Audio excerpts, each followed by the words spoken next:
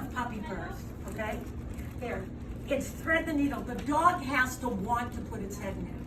Think of it as a gentle leader that had the top strap on top. I choose not to put the strap on top. I want the dog to choose to put its head in. You have to do this to the right. The dog has to learn to put its head in it, is how it buys treats. Okay, I got the leash and a clicker. I got a cookie in my right. See when I touch her face and I threaded her? Watch again, she's going to the cookies in the right.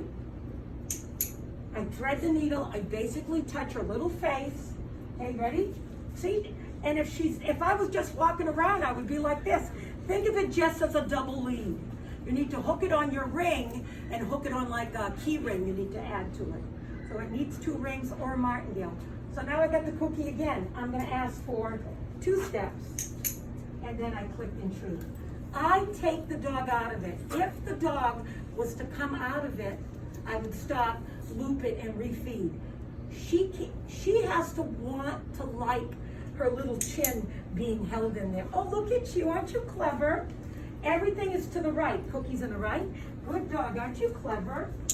Now, Sassy's done this for a few minutes, so I'm now up to a few steps, okay? So look, it's off her face, I loop it. Good girl, aren't you clever? Look at you.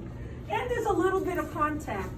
The puppy purse supports keeping its head in your direction like this. I'm looking for her to do this a bit. It prevents the dog from looking away, that's the outside strap, and actually dropping its head to the ground. It doesn't really set the height of your head position. Your height of your head position is only as much as your dog likes it, or its length of neck, or angle in the back. Some people, puppy purse gives you this, but they learn not to look away. Arrowless training means you keep supporting the right behavior instead of you keep correcting the wrong behavior.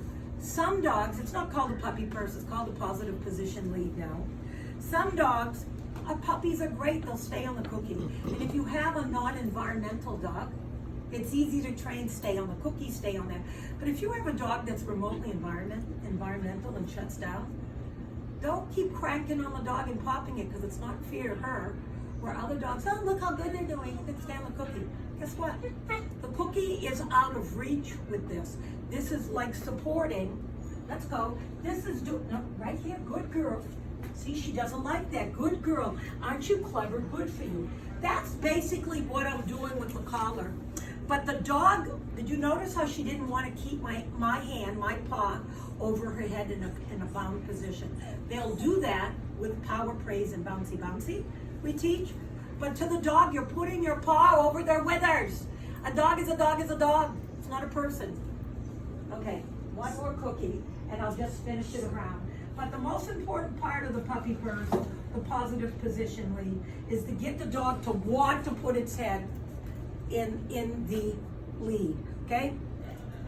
Good girl, aren't you clever? Good for you. Aren't you clever? Look at you. Everything is circle right. That was her first rotation all the way.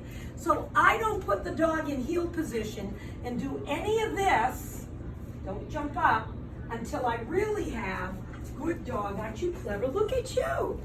Why it's circle right is so that the dog's muzzle is going into the lead it knows, and this is just kind of, it has to get comfortable with that little blinder.